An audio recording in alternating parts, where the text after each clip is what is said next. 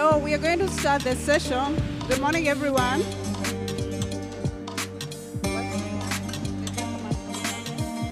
Do we have Mr. Henrik Mweya from Zambia? Henrik Mweya from Zambia? No. Okay. Edith, Raul, can you come up front? Yeah.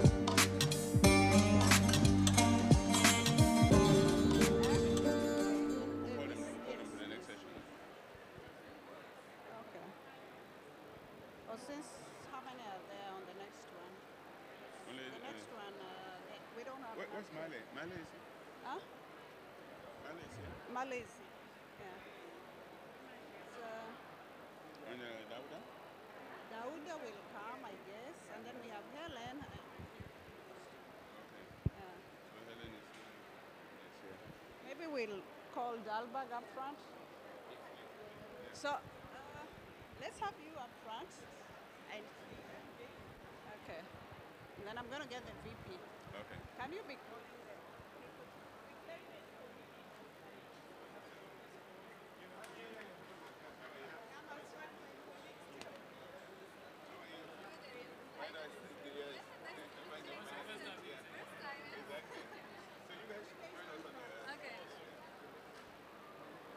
Join the Zoom. Okay. Join the Zoom, but Yeah, it's fine. I'll stand by and then I'll give you the thumbs up if it's there. If not, I'll do this. Yeah, if it doesn't, we'll just go into the Burkina Faso and the Zambia also. Yeah. So join up front. I'm going to call the VP now.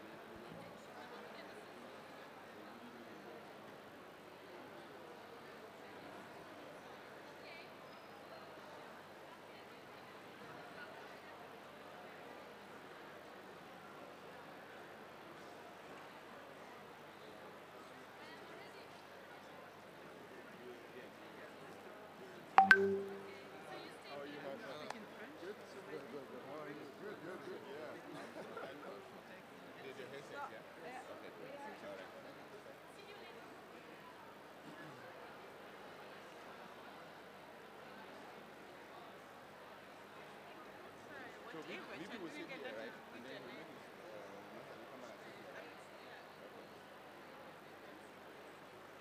So wait till you come out.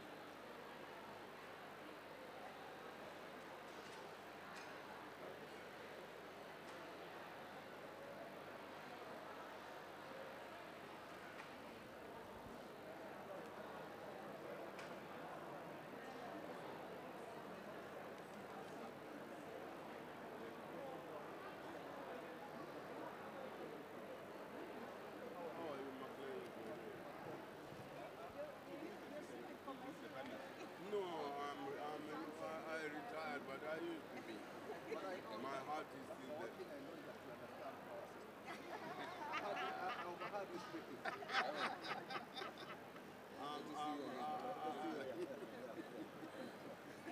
Thank you so much.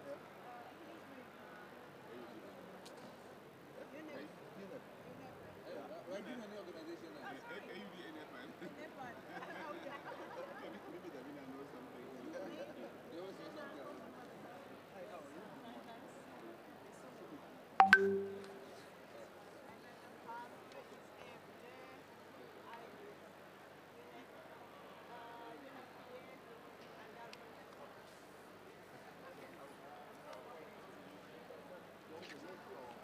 I will introduce.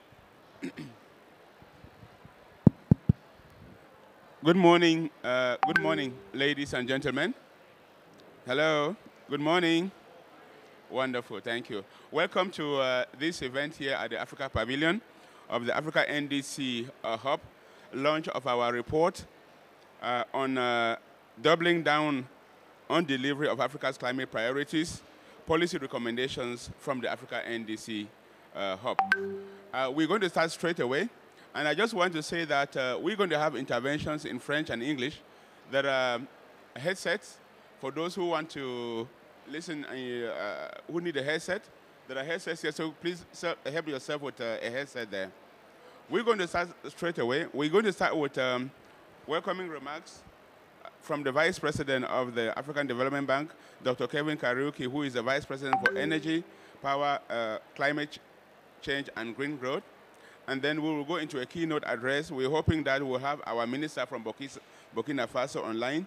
But as you all know, there have been connectivity challenges. We'll see how that goes. And then after that, we'll have our colleagues from Dalberg who are here to introduce the report, our report. That is the main reason why we're here.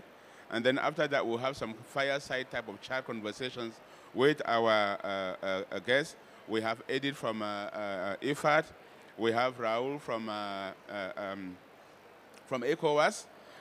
We have Christophe from Agence Française. And we have, and we have our colleague from UNFPA, sorry, yes. Chigo from UNFPA, exactly. So this is the panel we'll have for the first session. But before we do that, let's please welcome Dr. Kariuki, please, sir, to make your welcome remarks. Thank you. Okay.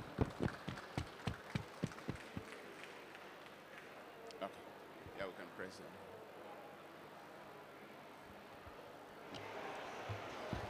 it. Good morning, everybody. Distinguished guests, ladies and gentlemen. As most of you would be aware, the Africa NDC Hub was launched by the Africa Development Bank in 2017 to serve as a collaborative platform for development partners to support African countries in implementing commitments made under the COP21 Paris Agreement. In this regard, nationally determined contributions, and we are all aware of this, NDCs embody efforts by countries to progressively reduce national emissions and adapt to the impacts of climate change, and are important elements in the global response to climate change. So that means that the NDC hubs covers the entire continent, and it is in recognition of this enormity of this task, that is to support African countries implement commitments made under the COP21 Paris Agreement, that we established the NDC Hub. I therefore commend the 20 development partners, partner institutions that have since joined us on this journey. At this COP, we have heard African leaders articulate the need to accelerate implementation of their NDC commitments through the delivery of climate finance much faster and at scale. We have also heard that global finance is not in short supply, especially from the private sector, but there are issues pertaining to the lack of viable bankable projects and the high risk of investing in Africa. In this regard,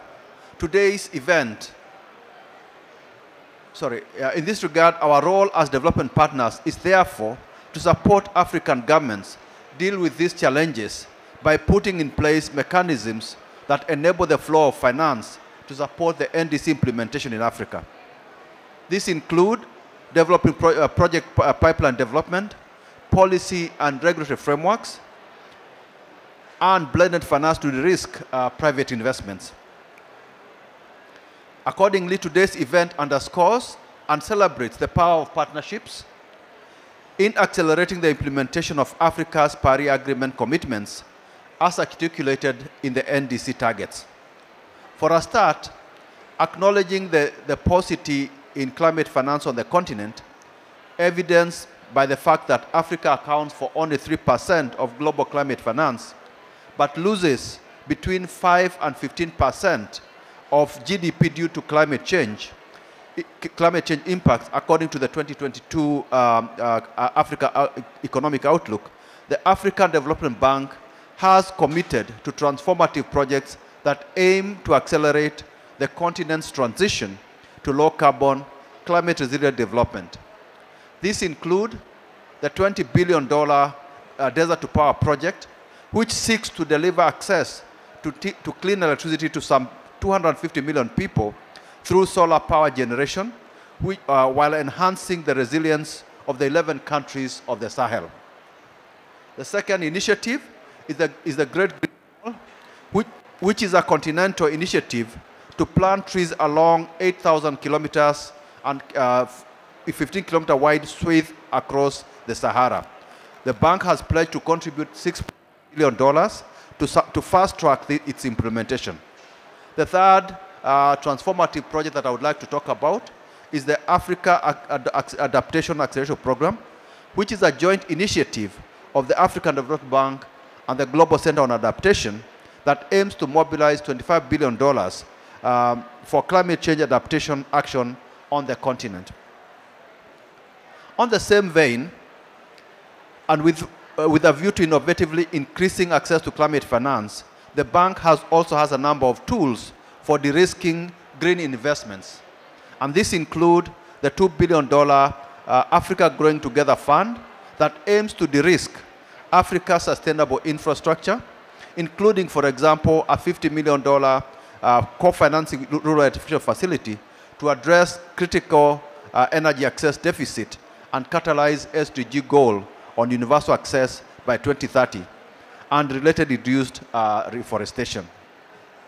The second tool that I want to mention is the $2 billion Room to Run guarantee funded by the UK government for climate projects.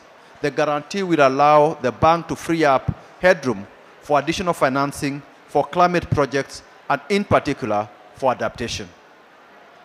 The third I want to talk about is Sustainable Energy Fund for Africa. This is a $420 million fund, blended finance facility managed by the African Development Bank that prioritizes the development of green baseload as alternative to fossil fuel dependent baseload and offers technical assistance and concessional resources to remove market barriers with a view to accelerating universal access to affordable, reliable, sustainable, and modern energy services for all in Africa. A good example, and I think examples here are very helpful, for a SEFA-funded project that meets this criteria is what we call the DRC Green Mini-Grid Development Program that will result in providing electricity access to 500,000 people in East DRC. Moreover, our climate change and green growth strategic framework for 2021 to 2030, approved last year, strives to increase Africa's access to climate finance from current 3% to 10% by 2030.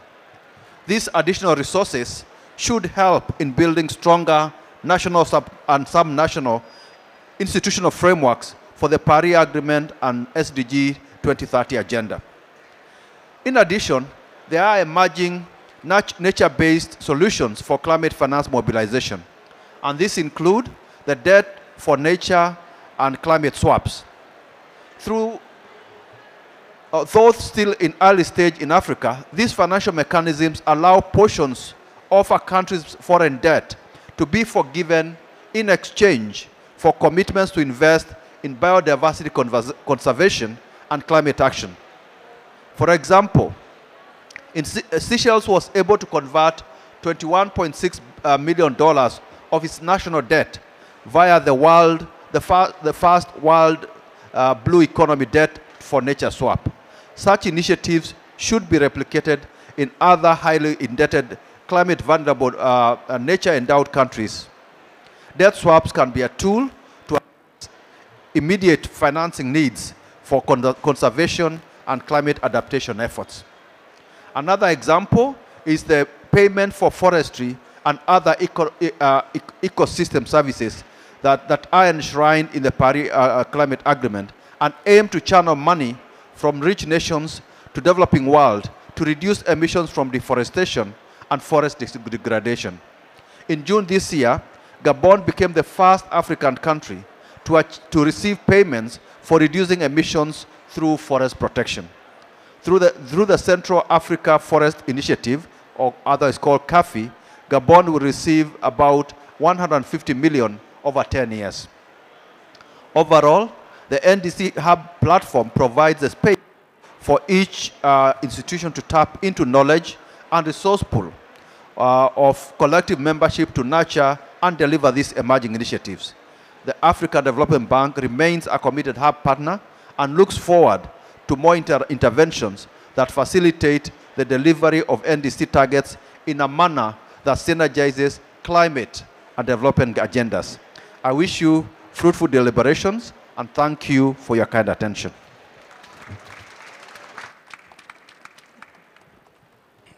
Thank you so much, Dr. Karaoke, for those great welcome remarks. Thank you for highlighting some of the very important issues, the importance of partnership, which is what the NDC Hub is all about. As you said in your intervention, it is a partnership of over 20 organizations.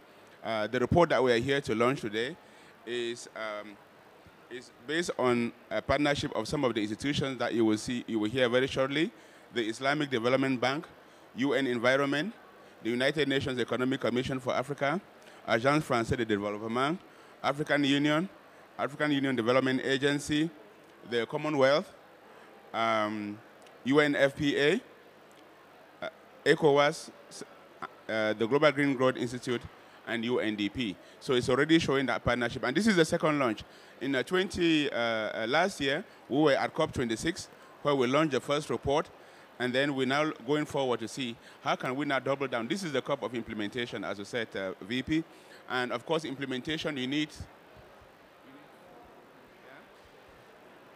So how can we double down to make sure? Because you made the important case that the finance flows to Africa are very small. Only 3% of global climate finance coming to Africa. We need to translate African NDCs into investment plans. Our report is about the policy recommendations that could help to translate those NDCs into investment plans so that the money can flow for implementation, because without money, there's no implementation. And so we have been very proud. I call our partners, but we've been very proud in the first report and the second one to have had Dalberg as a very trusted partner. So I want to please give a round of applause to Dalberg. They've really helped us to do a wonderful job. We did a great report at COP26. Now we are going to hear again today about this follow-up report. And I want to call on my colleagues, Lamnia and Bertrand, to give us a presentation. You have about like 15 minutes, so take your time, because this is very important. We want you colleagues to focus on the key messages, the experiences that you hear from the report. What do you see as lacking? What do you see as some of the issues that could help us to strengthen the report, so that when we finish from here at COP, we're going to produce a report that everybody can find really useful to ensure implementation, to ensure that the cash flows, yeah? Okay, so Lamnia and Bertrand, over to you. Thank you very much.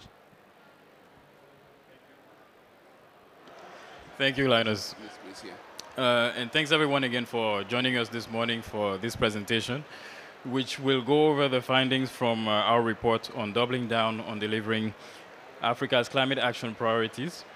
My name is Bertrand Assamoah. I'm an associate partner with Dalberg. I'm based in Abidjan in Côte d'Ivoire, and I'm here with my colleague Lamia.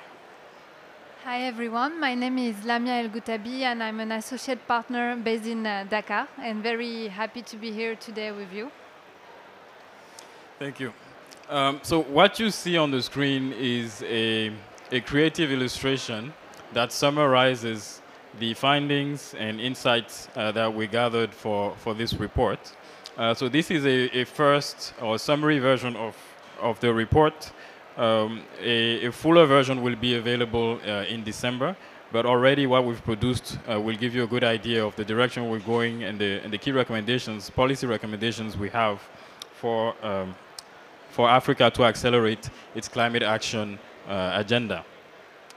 So our work was done over the past 2 months, and so far, in terms of key points to highlight as far as the context, we know that Africa is the most vulnerable continent to the impact of climate change, and that translates into a loss of 5 to 15% of GDP per year, as VP Kariuki highlighted earlier. We also know that over the recent years, the African economies have also been hit on the economic side by the impact of the COVID pandemic and more recently of the war in Ukraine. and this has led to a 12.2% inflation on the continent, which is the highest it's been in quite a long time. On the flip side, we know that there's a growing trend globally for greening the global economy. And this, associated with the most recent economic disruptions, is creating an environment that actually could favor Africa's green industrialization agenda. And that's part of the components that the Africa NDC Hub and its partners are trying to push as far as the efforts that are being spent to support African countries with their climate change agenda. There's a few key messages that we can highlight as outcomes of this study. The first one, as far as progress made on NDC planning, is that African countries have continued to make steady progress in revising their NDCs, but there's still progress to be made on the long-term low greenhouse gas emission development strategies and with the national adaptation plans. The other thing we can point out on the implementation side, which is the focus of this COP, is that implementation is still being hindered by the lack of finance, which is what Linus was highlighting earlier.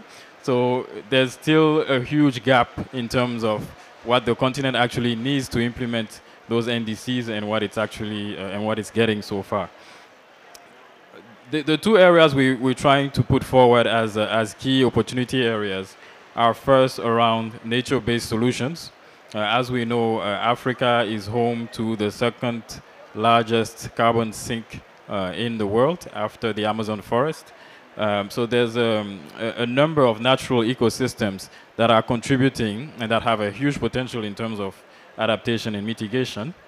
But that potential is under threat, given the growing population on the continent, the increasing pressure on natural resources, because more and more people need to use our natural ecosystems and resources to earn their livelihoods.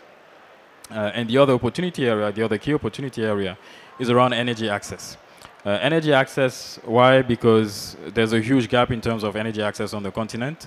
Almost half of our continent still needs access to power. But on the flip side, we know that there's a huge amount of capital available to finance large-scale energy projects, which is an opportunity for the continent. Although our key priority as a continent in the face of climate change is on adaptation, most of the funding is available on the mitigation side. And if we recognize that the energy sector is actually a big potential, a big area where we can draw additional funding and capital to support a low carbon future. And in our recommendations, which you'll see in greater detail later, there's three key areas that we're highlighting. The first one around strategic planning and implementation monitoring. The second one around innovative climate finance. And the third one around regional coordination, governance, and programs. So as we said, most of NDCs were updated, but the development of LTLADs and NAPs remained slow. So far, 47 NDCs have been reviewed by African countries, and showing increase in terms of quality and ambition. For example, the emission reduction target have increased by 6.9% in average. Most NDCs have increased their cost estimates in terms of adaptation and mitigation plan. They are more inclusive of gender and youth for respectively 85% and 70% of them. However, LTLADs and national adaptation plans are slowly developing, with only 5 LTLADs that have been submitted, but 7 that are currently being developed with the support of the Africa NDC Hub partners. For the NAPs, it's 16 NAPs that have been submitted and 34 that are currently being developed. This slow progress in terms of LTLADs and NAPs is mainly explained by the level of complexity of the processes to develop those strategies, and the limited technical skills. This is why the Africa NDC Hub partners are currently providing technical assistance, but also capacity building to countries to help them revise their NDCs, improve NDC-related data system, for example, and improving investment plan, as mentioned by Linus before. And of course, reinforcing the alignment between NAPs, LTLEDs, and NDCs, and also implementing them locally. The implementation at scale is hampered by gaps in climate finance. Africa needs 217 billion USD per year to implement its NDCs.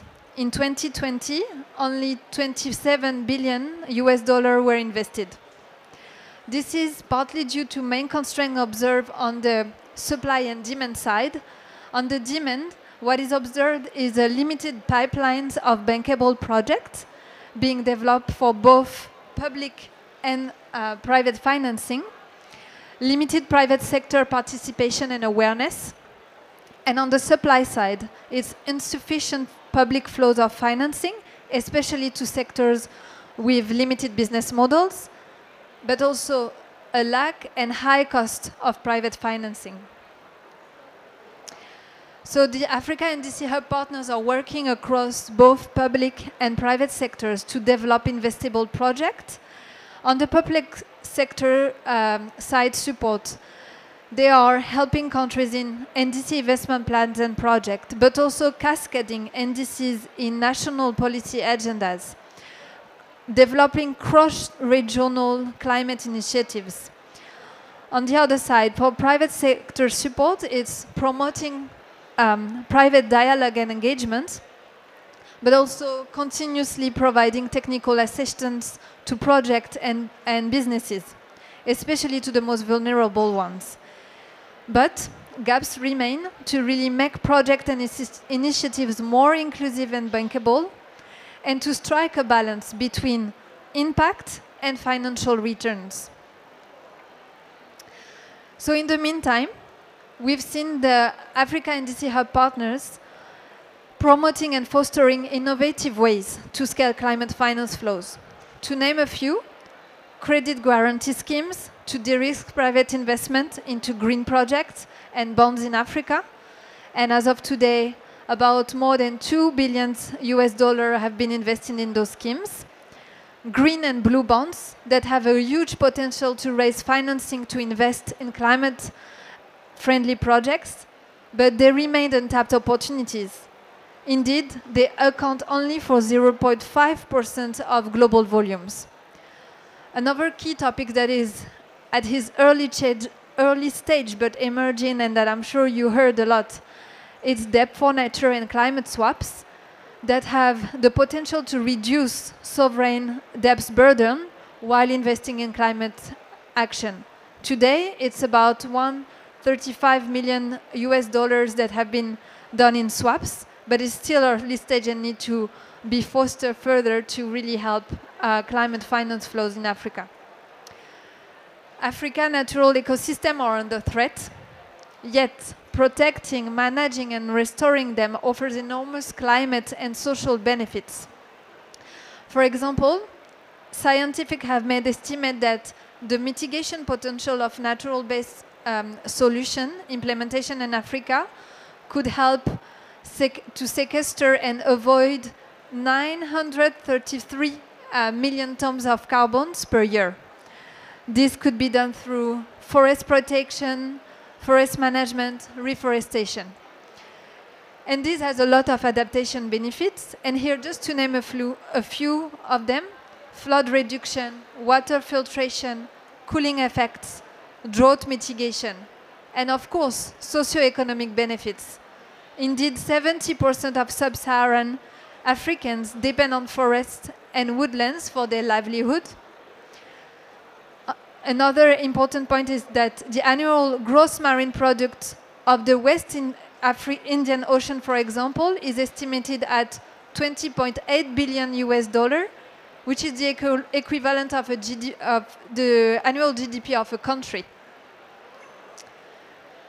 So All the partners are promoting the implementation of a natural-based solution across multiple tiers, regional programs, national planning, fundraising and carbon frameworks, community-level, market-based programs to set up and achieve ambitious NBS targets, but also strengthening planning and public finance and developing further the carbon finance frameworks, but also scaling implementation to incentivize community buying. However, gaps remain in terms of political buying, coordination, lessons transfers, and finding proven business models to really help sustainability planning. The energy transition is gaining traction in African NDCs and is a key pathway to meet adaptation and mitigation goals. As we mentioned earlier, 43% of the population on our continent has no electricity access. The adaptation benefits of going towards that path, to name an example, is that energy will power adaptation. For example, solar-powered irrigation helps reduce drought effects and improve agricultural yields, which is a key sector on our continent. The socio-economic benefits, for example, through off-grid solution to electrify health facilities in rural areas, but also education facilities, any type of facilities that can improve the livelihood of people living in those areas. Clean cookstove is another example to reduce respiratory disease for women and children, but also free up time for them to go to school and generate income. A low carbon growth path will help Africa meet NDC goals and compete in a green economy. And this is a huge potential for Africa to develop, but in a low carbon way. And the Africa NDC Hub partners are promoting a variety of pathways to rapidly scale access to clean energy and help the continent to grow towards that low carbon development. For example, through enabling grid-scale investment by promoting standardized and competitive public procurement processes, but also providing technical assistance, de-risking private investment in those projects. It's also about promoting green energy-intensive industries through regional programs to develop the energy sectors in most vulnerable countries, but also distributing small-scale clean energy like solar home system, clean cooking solution, distributed productive user appliances. So there is an enormous immediate opportunity to crowd in private sector financing, improving livelihoods and resilience in a low carbon way.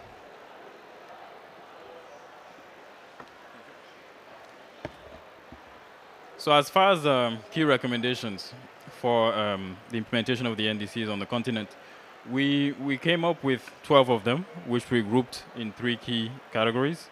The first one, which is focused on the strategic planning and implementation monitoring efforts, includes 5 recommendations, but there's 2 or 3 I'm going to highlight here, notably around the need to cascade NDCs into other national development agendas. So it's one thing to do the planning at the NDC level, but it's critical to make sure that those plans are embedded in other economic development plans for our countries to make sure that climate action is mainstreamed across sectors and not just at the national level, but also at the subnational and local level. Another point to highlight is the need to strengthen the inclusion of the most vulnerable. And that includes youth, women, informal workers, and indigenous communities, which are most heavily impacted by the effects of climate change. And also the need to increase transparency and use and implement MRV systems, which are critical for our countries to be able to keep track of the progress and the difficulties they're facing when implementing the NDCs, so that corrective measures can be implemented along the way. On the climate finance side, as we said earlier, we know that there's a huge financing gap And we know that the funding is not going to come, or most of the funding is not going to come exclusively from governments or from the international community.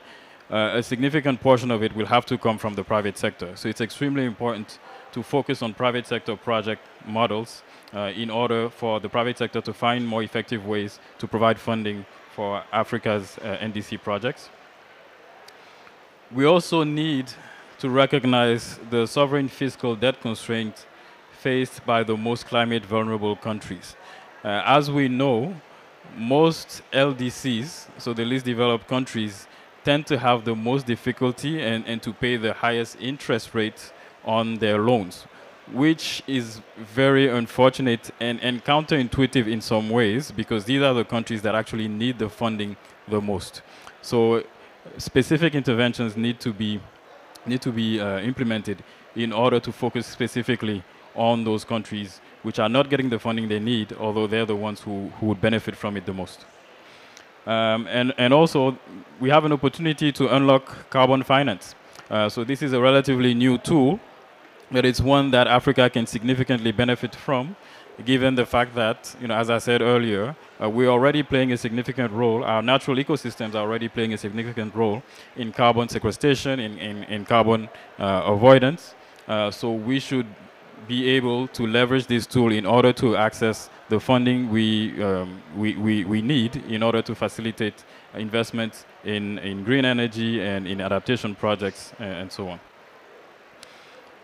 And as far as regional coordination and governance, we have an opportunity to strengthen regional and continental lenses associated with climate action.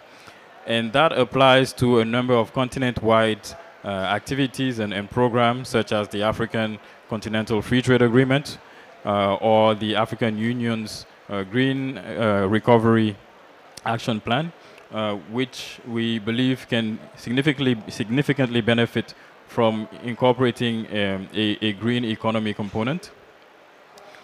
And lastly, what I'll highlight is the opportunity to provide coordination, learning, scaling, and replicating of successful models at the continental level. And this is another area where regional and continental institutions can play a key role in making sure that, African countries, there's 54 of us, some are more advanced than others in different areas, but we need to find better ways to share information, to share lessons learned, best practices, and learn and accelerate the progress we're making on implementing our NDCs together. So this puts an end to our presentation. As I said earlier, the goal for this report is really to highlight progress and challenges faced by African countries, but also how the Africa NDC Hub and its partner institutions are supporting African countries with their NDC plans and implementation. We're going to pursue this work post-COP to incorporate key outcomes from the conference and potential additional interventions on opportunities that can accelerate the climate action agenda for Africa. So look out for the first report, which will be released tomorrow, and the full report, which will be available in mid-December. Thanks again.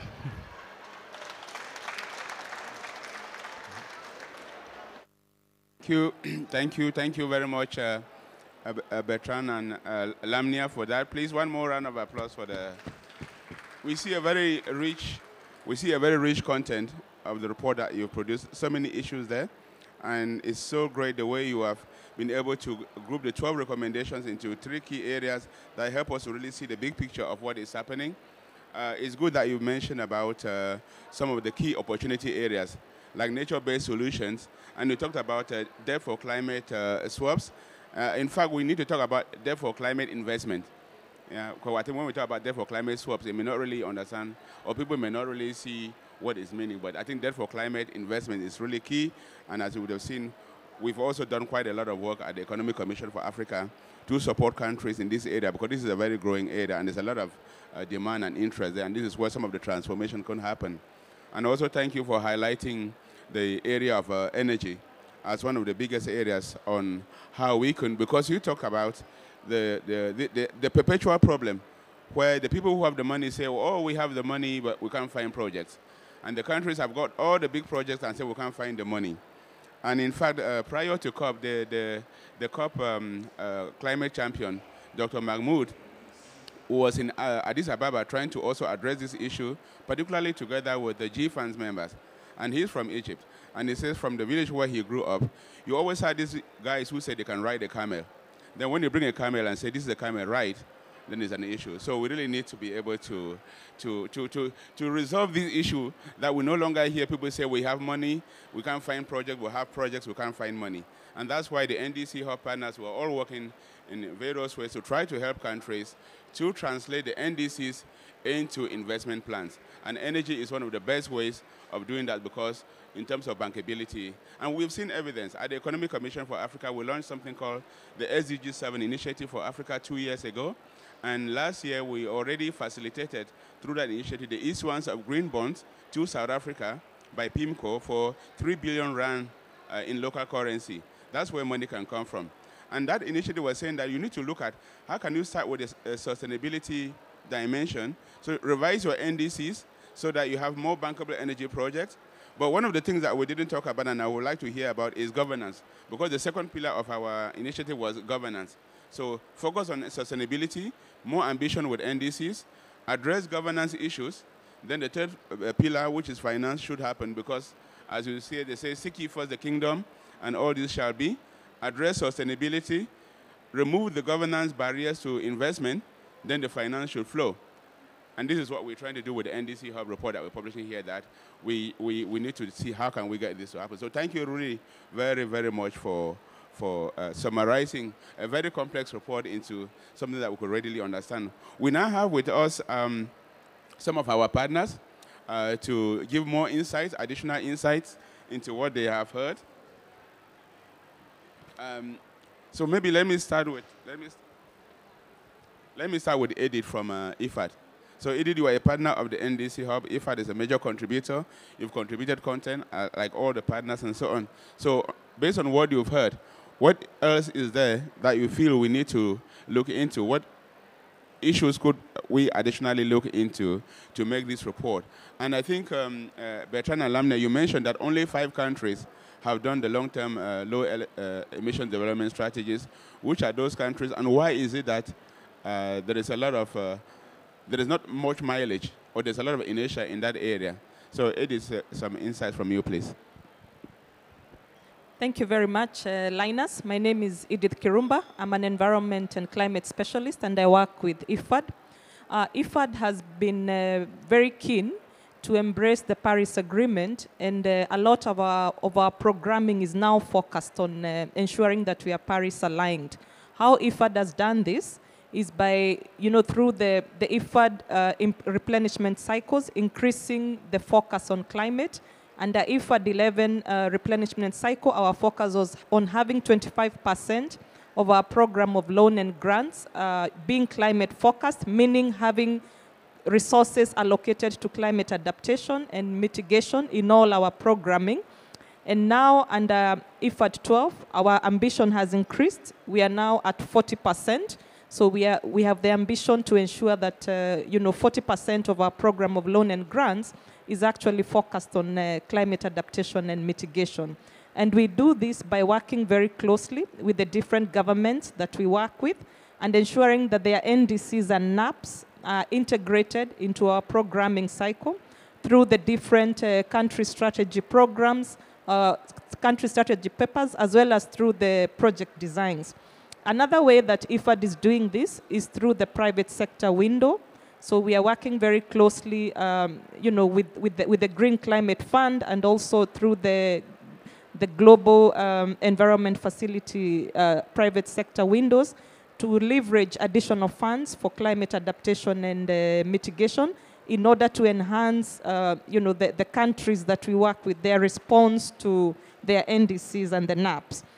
So to this end, IFAD has got 2 major flagship programs. We have the iGreenfin project that is being implemented in 12 African countries. It's now at the stage of being crafted in the phase 2, and phase 1 has started the early parts of implementation.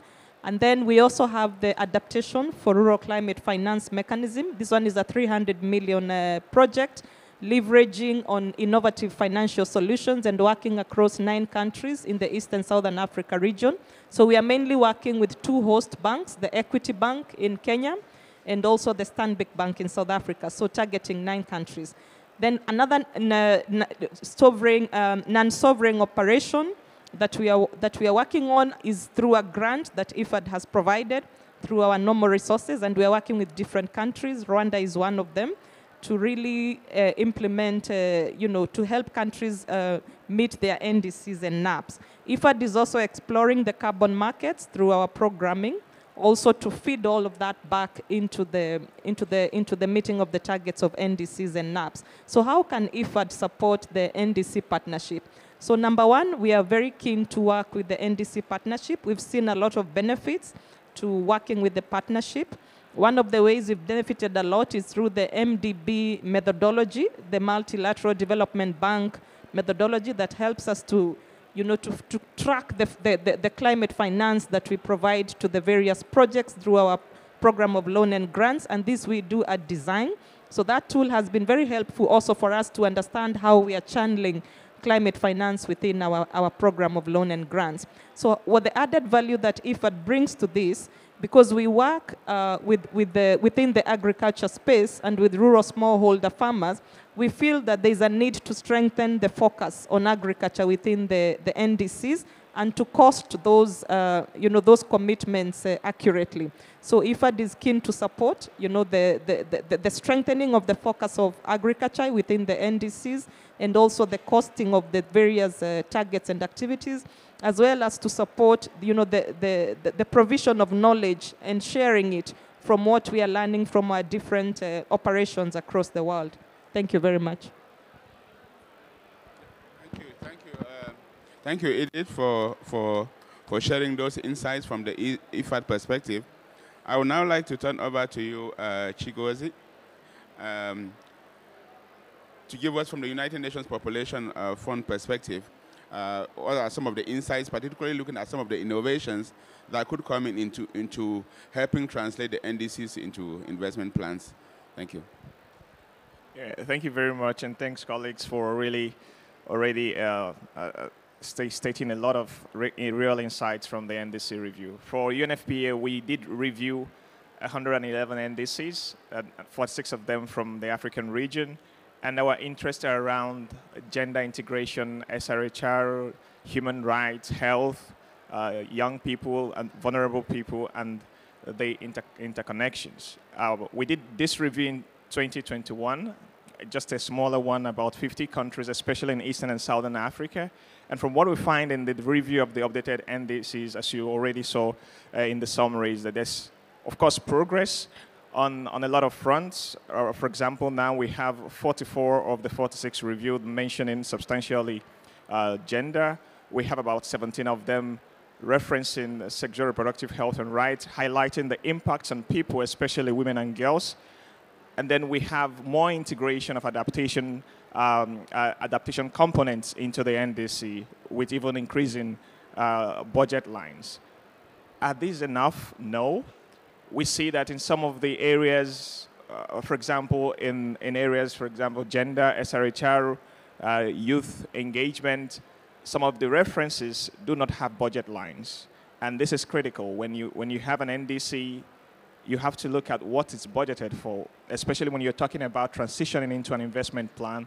Investors want to look at what are the costed options on the NDCs, where are they supporting, where is their funds going to. So when you have things enumerated in the NDC and there are no budget lines for them, it may appear that they probably will not be priority for the government. And it's important for the partners to or investors to understand that these are priorities and budget lines should accompany them. There's a lot of impacts that we see across Africa, and these NDCs are increasingly reflecting those, especially about people, because at the center of this are the people who are at the front lines in the communities who are facing the impacts. There's a lot of numbers, there's a lot of finance, but the people who are hardest hit. Of course, it's on the news often about the floodings in some parts of West Africa. In Nigeria, where I come from, over 600 people have died. It's about these people, the pregnant women, children who cannot escape the disproportionate impact of climate change in their communities, we have to put them at the center of the design of this document. In transitioning to the investment plans, how do we accompany countries to be able to really implement and to be able to enhance their national documents? We did work with some countries, especially in the Eastern and Southern African region, to strengthen their NDCs, to provide support where it's needed, and with the partners also in the NDC Support Hub, we're looking forward to support even more countries that may need help, especially in strengthening the intersection areas of their national adaptation plan, of their NDCs around gender, around sexual reproductive health and rights, youth, human rights, health systems strengthening, protection systems, education systems. We will look forward to increasingly support countries in this area. And again, of course, we are working also with partners here, especially the African Development Bank, to even do more gender transformative adaptation work across the countries of interest who have reflected this in their national determined contributions. We take a multi-pronged approach to do our work around adaptation and resilience, which is our focus, around empowering population, around closing the data gap, doing vulnerability assessment, which is incredibly important for countries to be able to disaggregate data by sex, by gender, by age, to help have more targeted policies that really have impact on the lives of the people on the ground, and as well to really reduce risk through enhanced early warning systems. I hear this has been highlighted a lot here, especially also by the United States President, but also the UN Secretary General during his speech, that early warning system is absolutely important to assist countries to plan ahead of time and to avert the biggest consequences of climate change. And we look forward to working with more partners at the NDC Support Hub to do even more. Thank you so much, Chigo, for making those very important points, for highlighting the importance of enhanced, and we heard in the presentation about enhanced gender actions in the NDCs as a way of building resilience. And also thank you for this last point about the early warning systems.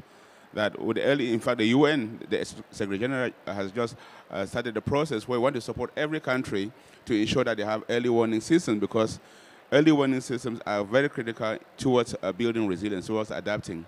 And you also mentioned about vulnerability, and it's also good because it helps us to see that, you know, when we started climate response discussions and so on, the main focus was vulnerability assessment. Then we shifted over to adaptation, right? And then from adaptation to mitigation. But now it's resilience, because resilience is everything. We need to understand vulnerabilities. We need to see the core benefits that Bertrand and Lamina talked about, that it's no longer like mitigation versus adaptation, but whichever one is an entry point towards resilience, because everything points towards resilience. So thank you very much for sharing those points. So I'd like to turn over to Mr. Raul Kawame from ECOWAS. I think in the presentation, Lamia, you mentioned, or Bertrand, you mentioned about the AfCFTA, which is about, is the Africa Continental Free Trade, but it's bringing in the regional dimension. And I think one of the things that we have not really talked about is, could we, because as ECOWAS, you're a major stakeholder because you have so many countries working together.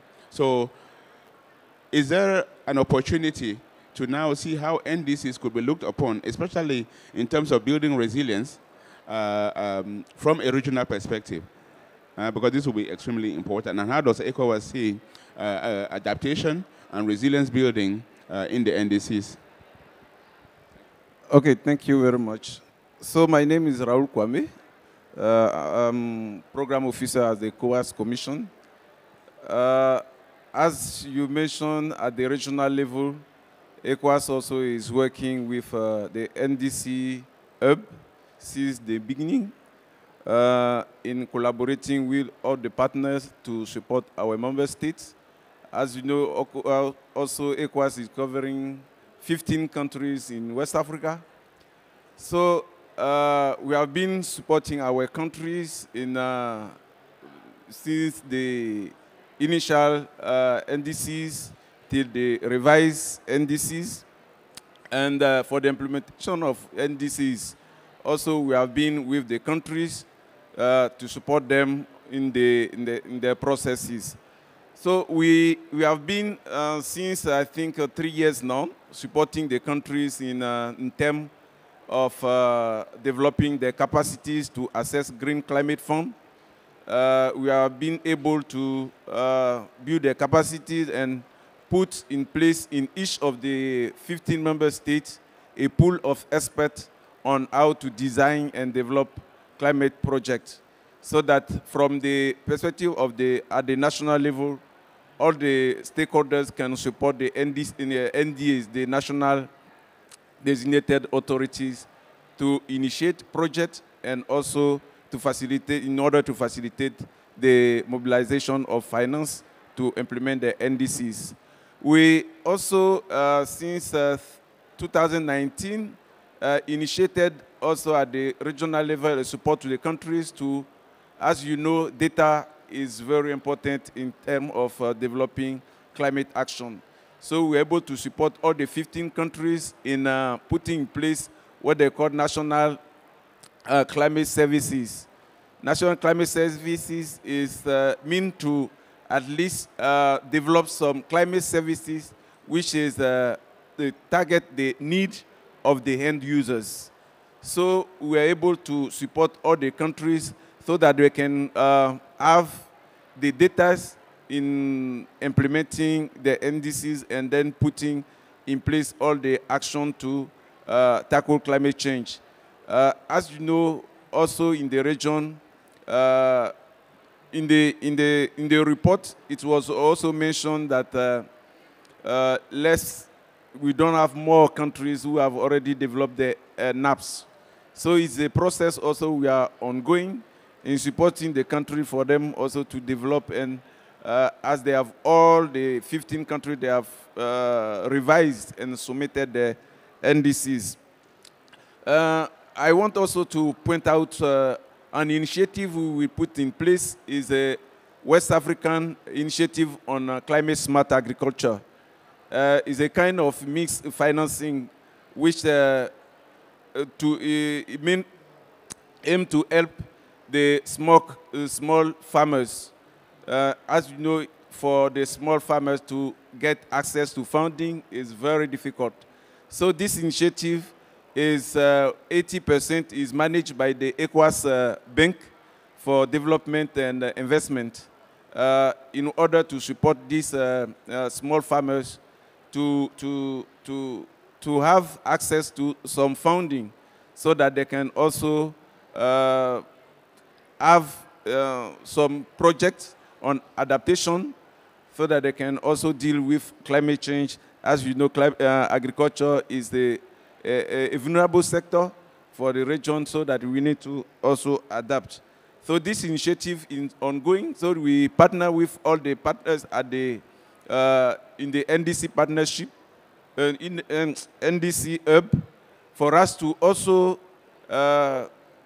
share the experience from the other region and other partners, so that we can build our action based on the experience from the other countries.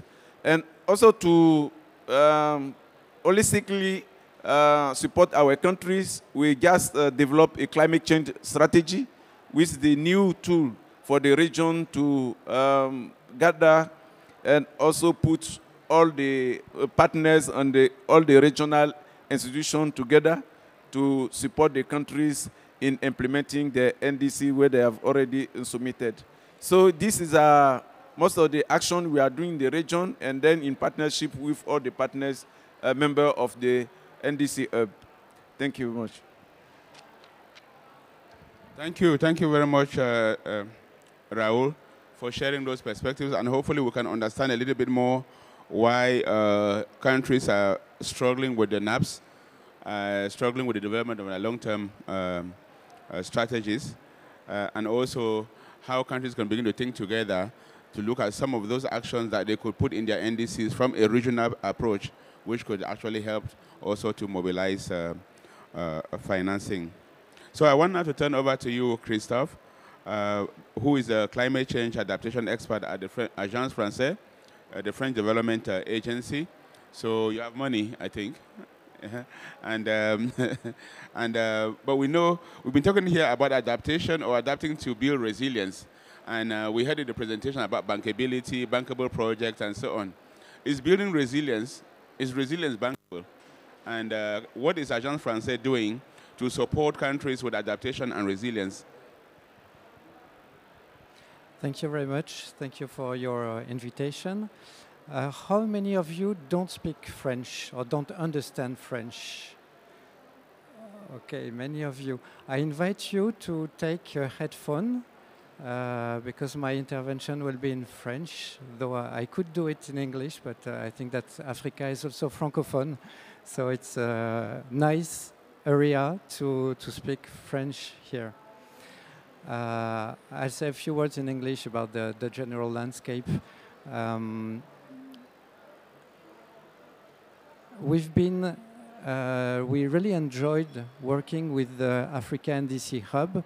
I think that this network is really instrumental in trying to gather everybody and to coordinate everybody. And congratulations for this report that my colleague Iman accompanied also with you. So now in French.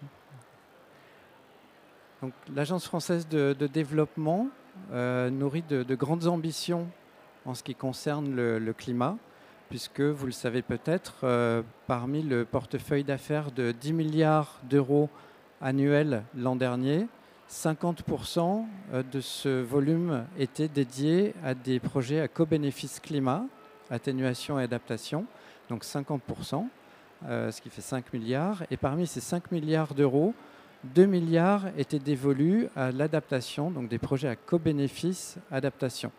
Donc, ce qui représente une grande avancée, puisque quand moi je suis arrivé à l'AfD en 2016, en moyenne, on était autour de 400 millions d'euros de projets à co-bénéfice adaptation, donc une multiplication par 5 en quelques 6 années.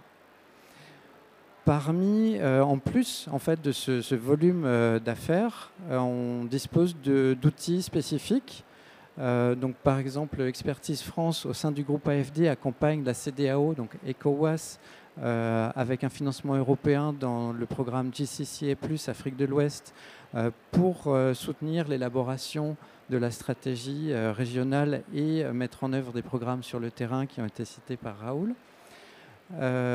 L'Agence française de développement dispose aussi de la facilité 2050 pour soutenir le développement de stratégies de long terme sur l'atténuation et l'adaptation, ou d'autres outils spécifiques aux villes, par exemple Cyclia.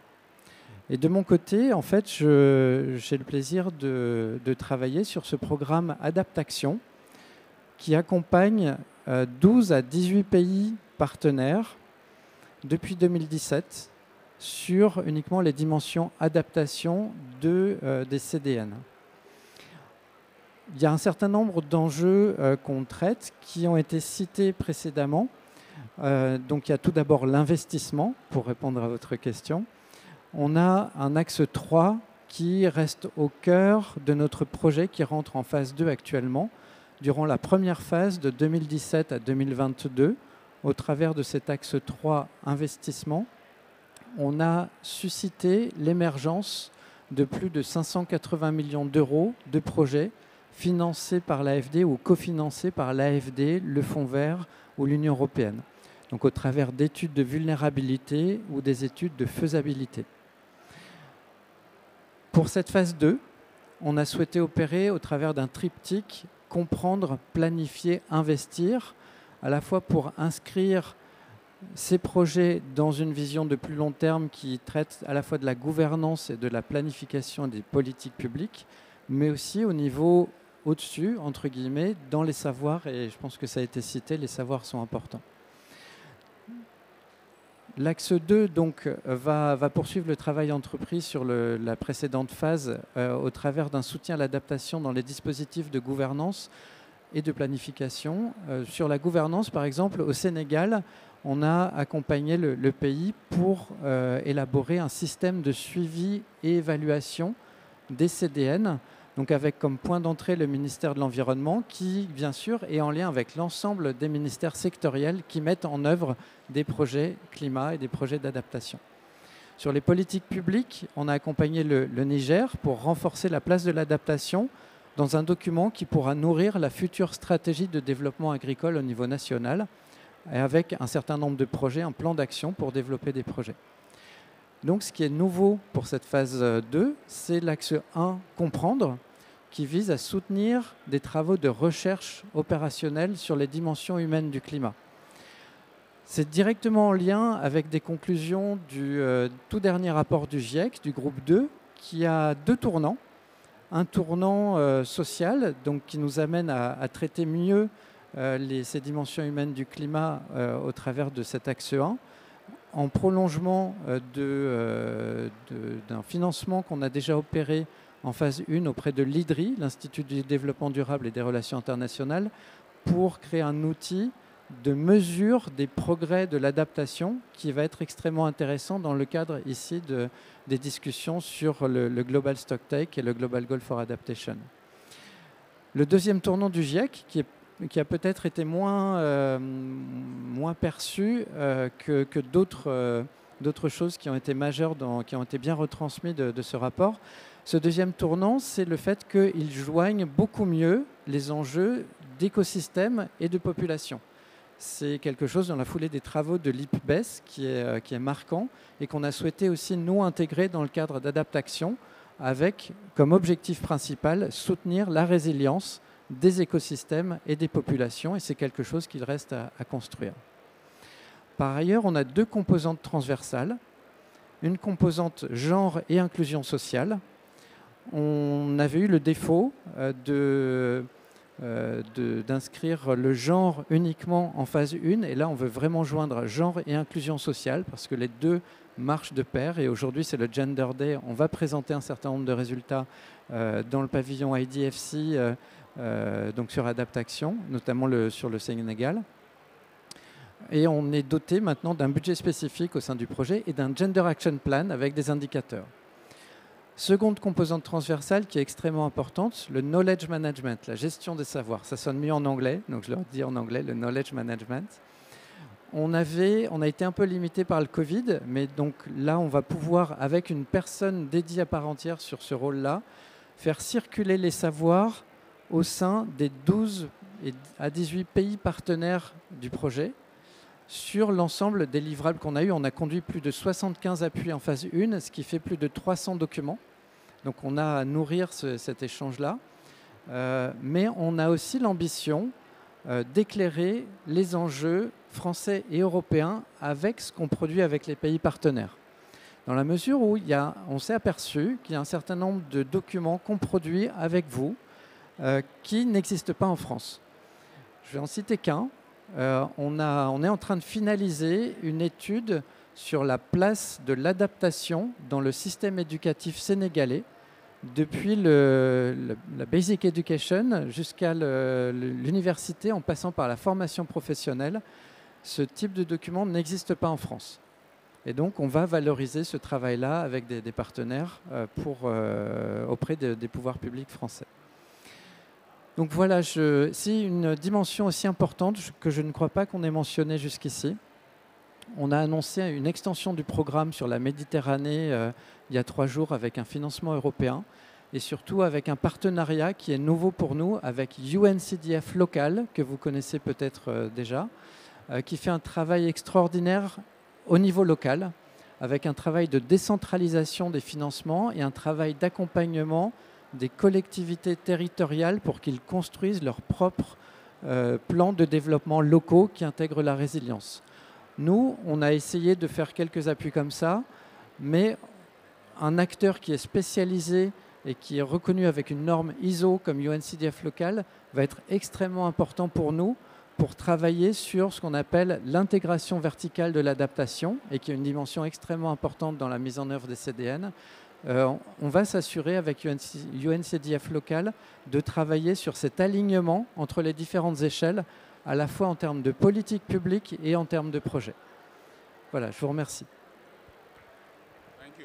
Thank you so much, Christophe. Wonderful ideas from what you're doing from the Agence Française side. At the country level, at the regional level, is extremely important.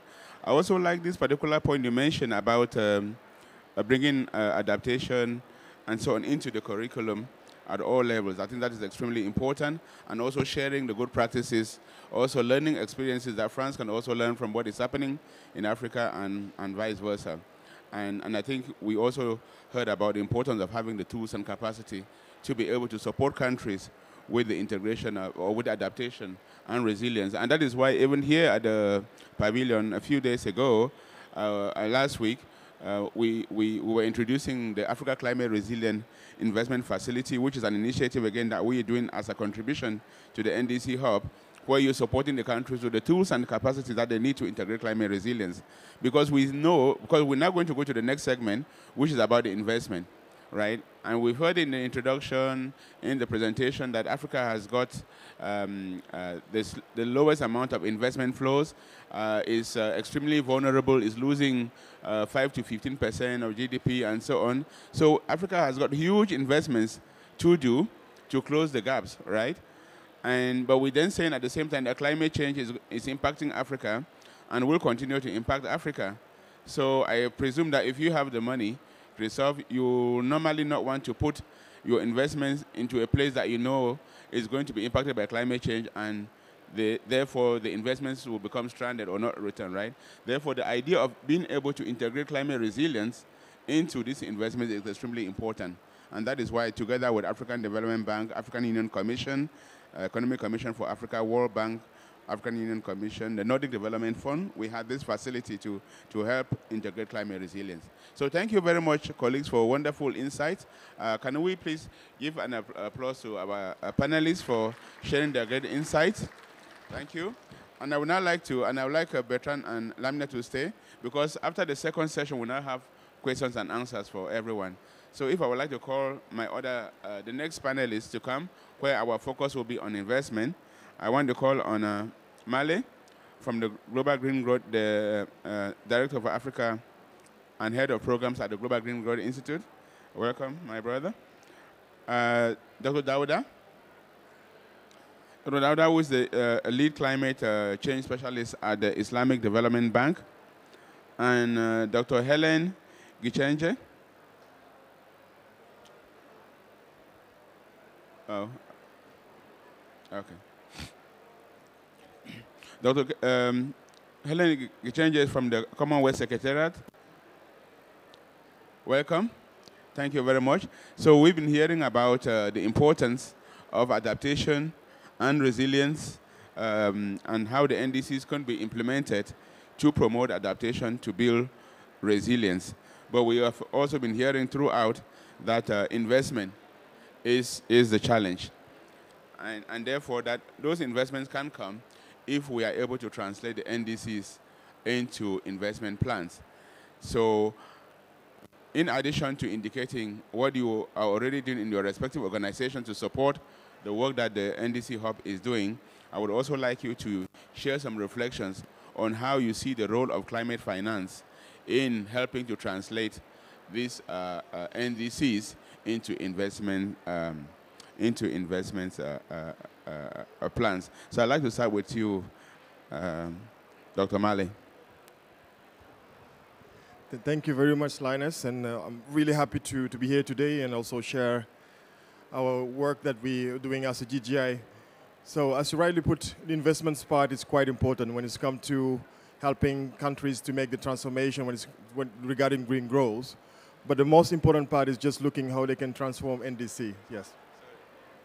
Sorry for the interruption. My apologies, colleagues. I have one of our panelists here, which is Amanda McKee from the NDC partnership. I'm sorry I missed you. So Amanda, please take this. Yeah, I'm so sorry. Thank you. Welcome. And sorry, Male, for interrupting you here. So welcome, Amanda. So yes, I think when it's come to the NDC, one important part is just how we can translate those NDC documents to a really investment plan that can attract both public sector but also private sector. And when we look at most of the NDC that are already produced by our member states in the country, they only stop when they finish the policy side and not looking for the investment side and coming with the pipeline of project. And our role as a GGI is just really how we can help those countries to translate those ideas to a bankable project that speak the same language, like for the MDBs. And that's what we're doing in certain sectors. For example, we work on Senegal, for example, on the nature depth climate SWOT, right? That's linked also to the NDC, to help them to really to see how they can move that element working on red mangrove. Similar aspect, because there is also a lot of need on having a clear long-term development strategy. And most of the long-term development strategy that we have focus on mitigation, which is not the issues of Africa. They need to be adaptation part. So we start, and yesterday there was the launch of the LTLETS document from Ethiopia, so that was validated. We work with Ethiopia and Burkina Faso to have an LTLETS, the mainstream adaptation side. And we realized when we start mainstreaming adaptation, the GDP growth of those countries gain 1.5, which is quite important when they not include the mitigation side. I think it's quite good to have that, and then we're not only limiting on the policy side, but making sure that we will link it to the pipeline of investment. So when you have a good project, that's one thing. But the second thing is just most of the investors, they're looking for a de-risk mechanism before they enter it, right? And what we're doing is that how we can help to set up a de-risk mechanism that can absorb the first loss and reduce the risk when it comes to adaptation, because most of the investors, they will say adaptation is quite risky, and that's where we need them to put money. So what we're doing is to set up a de-risk mechanism, and we work, for example, for the Africa Finance Corporation to set up a de-risk mechanism that focuses on climate resilience in infrastructure, about 750 million, that support that infrastructure resilience and adaptation. We also work with ECRE, the ECOWAS Renewable Energy Facility, to support mini-grid and access to, let's say, a solar irrigation system, with facility that go for de-risk mechanism.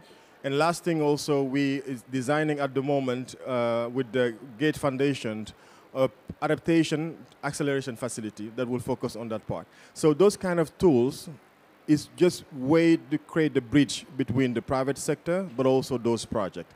And the important part that is missing in this puzzle is that how the government also can play a role by going through a blending finance, using the public finance to attract investment. And the way they can do it is just to have a clear mechanism of transparency that can give also an idea of the private sector, how that money can be used, but also other donors. And that's why we focus on also setting up an MRV system, not only MRV system on the sector side, but also MRV system for the financial side. And the work we're doing in certain countries, just we have task force within the Ministry of Finance, setting up and helping them to design the right mechanism for green tagging, green taxonomy, and have an idea how much they spend in dollar money. So that investment, as rightly put, is quite important, but we have to build the ecosystem for creating the bridge with the de-risk mechanism, work with the public sector, have a bankable project, but also involve the private sector in the way they can see more advantage on putting money in the adaptation side. So that's the work we're doing as a GGI in Africa. Thank you very much, Male. That is extremely important, and I really like that figure, 1.5% increase. It makes a credible case for having to invest in this, and not to see adaptation as something that is not bankable, it's not risky, but it's a good entry point that can lead to that. And then, of course, development partners can come with the help with the risking instruments and other mechanisms that could help to make the finance flows to translate the NDCs into investment plans. Thank you very much for that. And you talked about having people placed in different government institutes.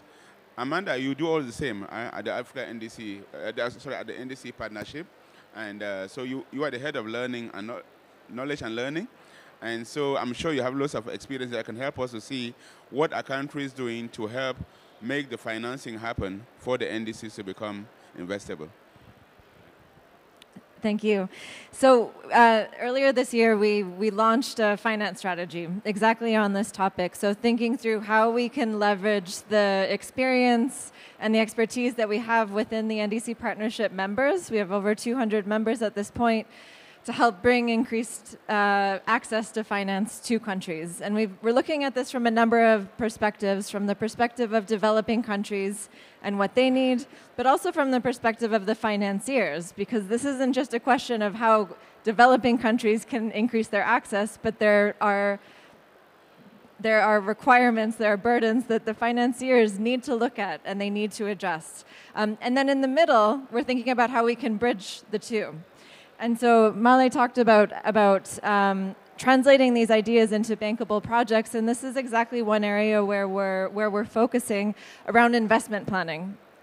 So how we can work with countries from the beginning stages to think about their NDC and turn that into something that's bankable. And it's not a simple project-by-project approach, and through the conversations that we've had with financiers, a lot of the challenges that they're facing are more programmatic, they're more economy-wide. And so we've been working with countries to start to get them to think about that and building the capacity within the ministries to set them up for success. So we've put together an investment planning guidance document that's based on a lot of the best practices that we've seen through countries.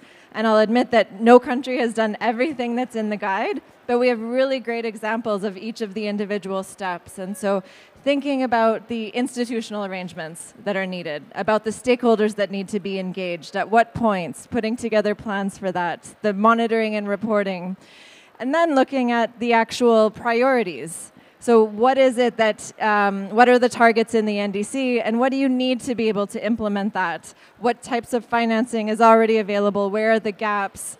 What are the risks? What are the mitigating factors for those risks? And then working into the projects and developing that project pipeline.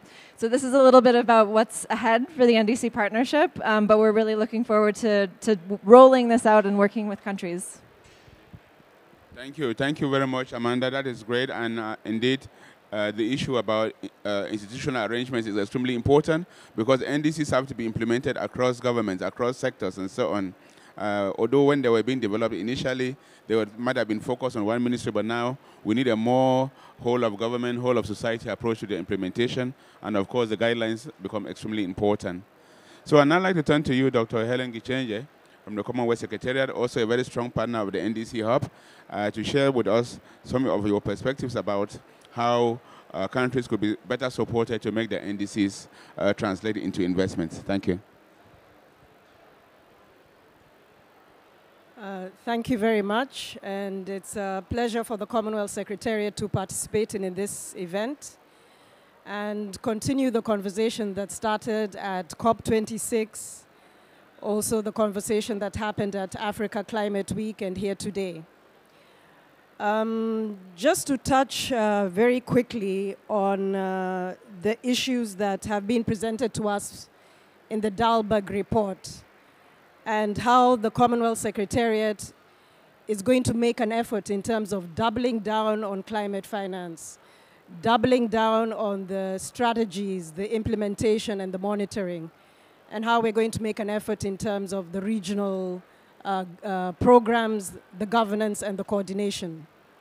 In terms of climate finance, one of the key programs of the Commonwealth Secretariat is the Commonwealth Climate Finance Access Hub.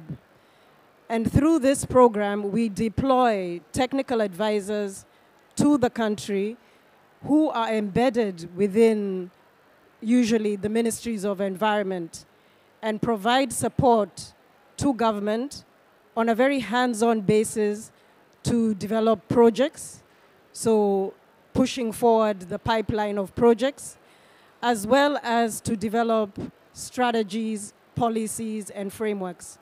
And through the support that we've received from the NDC partnership, I can specifically mention some of the policy frameworks that we've developed in Eswatini and Zambia.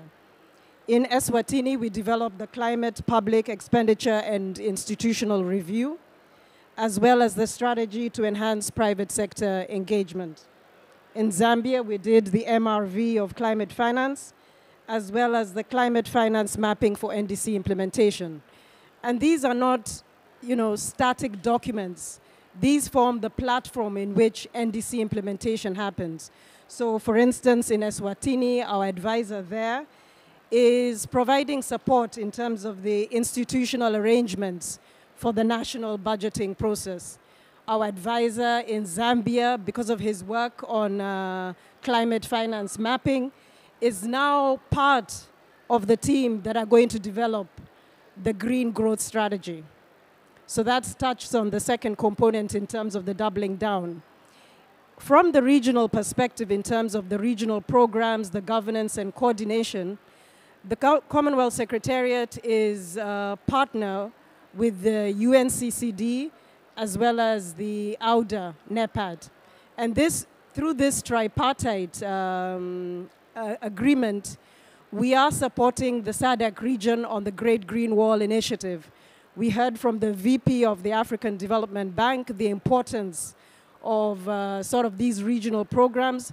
So apart from the work that we're doing at the country level, we are supporting sort of the regional programs. And some good news at this COP, the CIF, the Climate Investment Fund, has announced that through the Nature, People and Climate Program, one of the initiatives that we've helped led the development of is going to receive support. And that is the Zambezi Commission. So 5 countries out of the Zambezi region are going to receive project funds, which will be provided to the African Development Bank to develop a full proposal.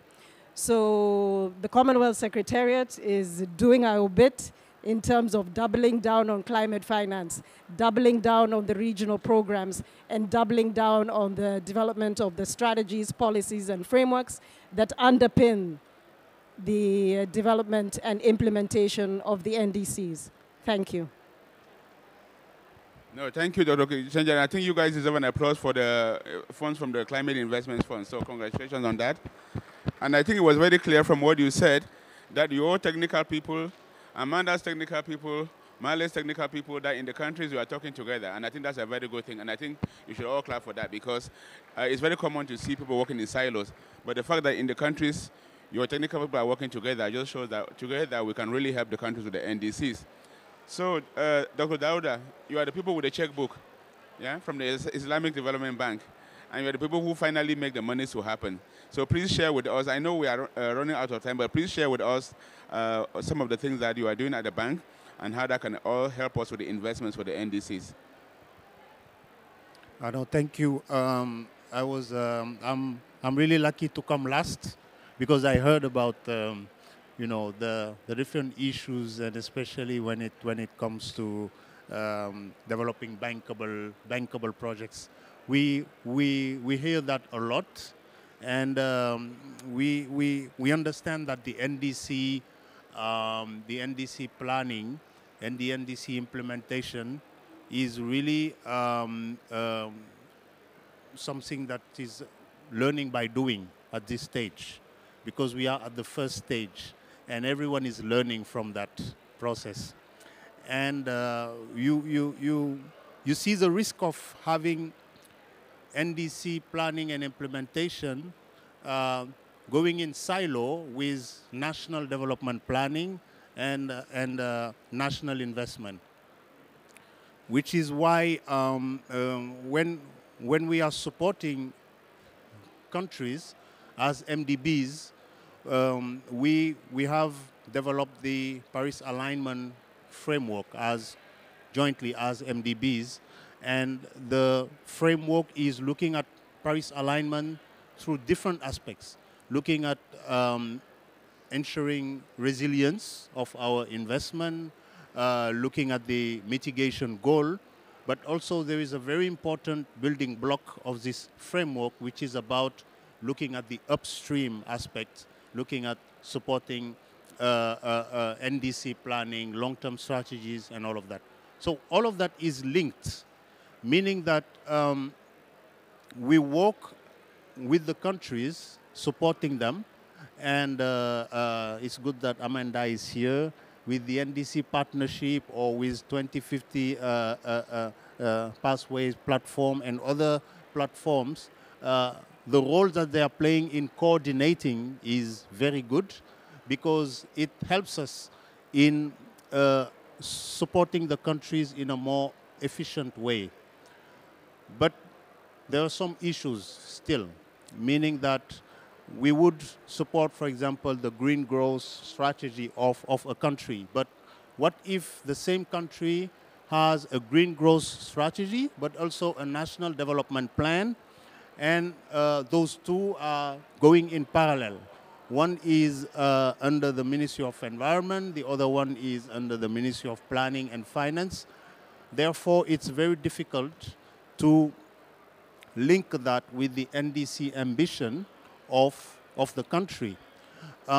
So basically, what we are doing is trying to have all of our investment in a country to be linked with the adaptation and resilience and the mitigation goals of the Paris Agreement. And how do you get information about those goals at the national level is through the NDCs and through the long-term strategies. So we have to support both sides, you know, looking at how we invest, but also supporting the planning. We're doing it in a few countries. We have supported Nigeria with the support of the NDC partnership. We also got the information from the NDC partnership about needs from Benin, from Uganda, from Nigeria, and we pledged to support those countries as well. Last thing I want to say is that the reporting that will be done through the transparency framework under the agreement is going to be very important. That reporting that is going to replace the biannual report that happens now will help the countries at this stage, at mid-term, through this new NDC phase, to really understand how difficult it is to really translate the ambition put in the NDCs with results on the ground. And we stand ready to support in that aspect as well. Thanks.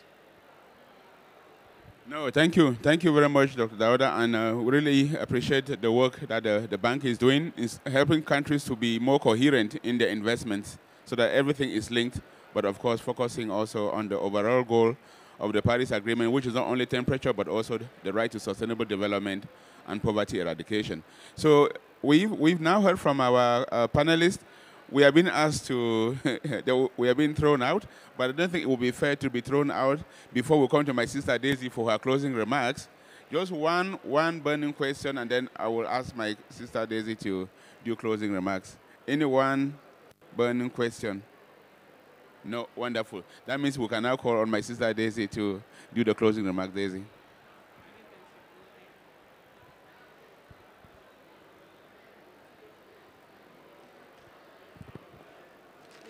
This one. Thank you very much, Linus. I think we have all heard that the NDC is an important document for risk-informed development planning. And of course, it's an investment plan. If we manage to translate it, we need the capacity to translate it to an investment plan. We had two areas where there's a gap. The long-term low emission development strategies, the mitigation long-term planning, and also the NAPs. We've had only 5 LTLEDs and only 16, but we are working on 34. So those building blocks for NDCs are very important. So as we go away, that's the key takeaway as partners. How do we focus on supporting that gap? And linking it to investment, we have a whole panel. We had a whole panel on finance. On governance, I think what the key takeaway again, what we heard from here, is this is no longer the moment where we operate in silos as climate scientists and as other development partners. So how do we mainstream NDC priorities in the development process, in national development strategies? So ministries of finance and ministries of planning become very important once we start talking about that. And that's, again, a gap is missing. And we go home thinking how best we work with ministries of finance and ministries of development planning, so that it's part of fiscal planning, climate change. On finance, we also had good ideas, let's say from AfD, that we need to transform our curriculum. That's very important because the dependence on pool of experts external pool of experts will not take us far. We need particularly a young cadre of experts, let's say on transparency. I'm mentioning areas where we really lack skills in Africa. If that can be mainstreamed in our curriculum, then that will have a huge positive impact. So again, academic institutions become a very important partner when we are talking about this. And we also talked about sometimes one of the strategies is actually we need warm bodies sometimes embedded in ministries. And we had NDC partnership talking about economic advisors and Commonwealth talking about embedding experts. That's again a very important, we keep talking about access challenges. So I think we have to think differently. Why do we keep talking about the same thing?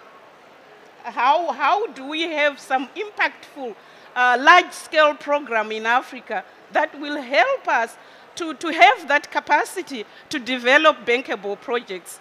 I'm really worried about this one because I don't know how many COPs and how many forums I've been to, and we keep talking about the same challenge. So I'm just challenging you, the partners of the Africa NDC Hub, to let's see some change. Let's see things happening there. On energy, we talked about having large-scale regional transformative action, and I do agree with that. Desert to power, Africa mini-grids, for example, from UNDP, those are very important.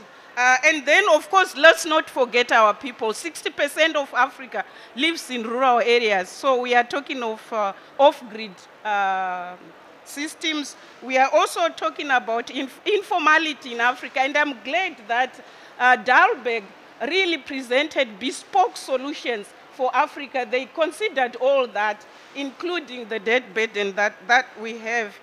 And the last thing I want to mention, which we did not really mention as much, is the innovation and technology, digital solutions. I think we have to harness that in Africa, and I hope Dalberg will add a little bit more in their report on that particular aspect. Well, let me, I know people are waiting. Let me thank Africa Development Bank for hosting us as partners. And let me also thank our NDC partnership for coordinating the work that we do in countries. Thank you very much. I want to thank the panelists. We had IFAD, UNFPA, ECOWAS, AfD, the French organization, NDC partnership, Commonwealth, GGI, and IDB. Thank you very much. I also want to, special thanks to Dalberg. Thank you for a very comprehensive report, and let's hope as partners we are going to dig into it and practice what we preach. I listened to the PM of Barbados, and she said we have the collective power to transform. So it's important as partners. I think together each achieves more. Thank you very much. Thank you, and back to, oh, I forgot to thank the facilitator. Thank you for a wonderful job, Linus. And thanks to everybody for listening. Thank you very much. Thank you, colleagues. Thank you, everyone, for coming. Bye.